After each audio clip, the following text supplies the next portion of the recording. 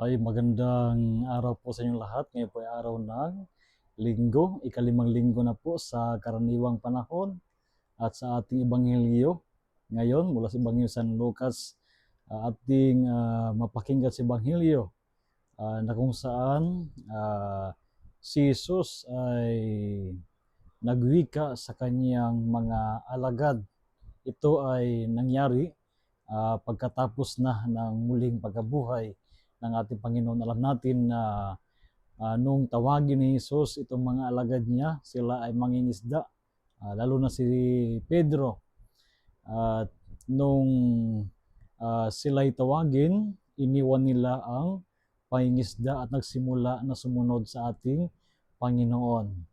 Subalit noong si Jesus ay nag-alay ng kanyang sarili pagkasakit at namatay, at hindi pa nila maintindihan ng lubusan ang muli pagkabuhay ng ating Panginoon, sila ay bumalik sa dating buhay sa pangingisda. Kaya madaling araw si Jesus ay pumaroon sa tabi ng lawa at siya ay nagsabi, "Kayo ba ay nakakuha ng isda?" At ang kanilang wika at ang kanilang sagot ay, "Wala po, magdamag kami ng isda, nangingisda, subalit kahit ni isa ay wala kaming nakuha." Kaya sabi ni Jesus, "Go into the deep." Pumaroon kayo sa malalim na bahagi ng tubig at kayo ay makakahuli. Ang kagandahan dito, naging masunurin, nakinig si Pedro sa sinabi ni Jesus na walang pagtatanong.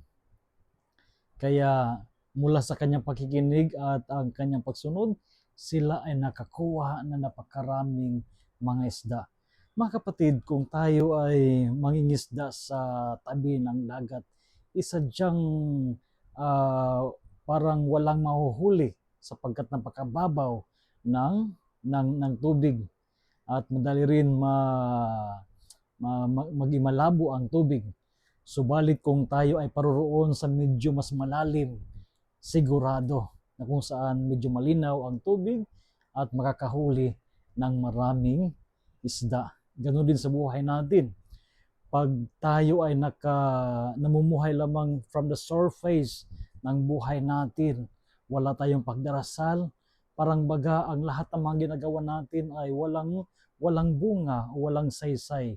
Subalit kung lahat ay pinagdadasalan natin at lagi natin sinisikap na maging kaisa ng Panginoon, nagiging mabunga ang lahat ng mga ginagawa natin sa buhay. Kaya sana ay pagsumikapan natin na bigyan ng kahalagahan ang ating relasyon, ang ating buhay panalangin, sapagat sa Panginoon, lahat na gagawin natin ay magiging mabunga, magiging makahulugan. Again, mapagpalang araw sa inyong lahat at sana ay maging kaisa kayo sa ating social media apostolate.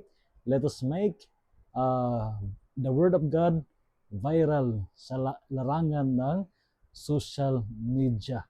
God bless you all, and of course, rest assured of my prayers for each one of you.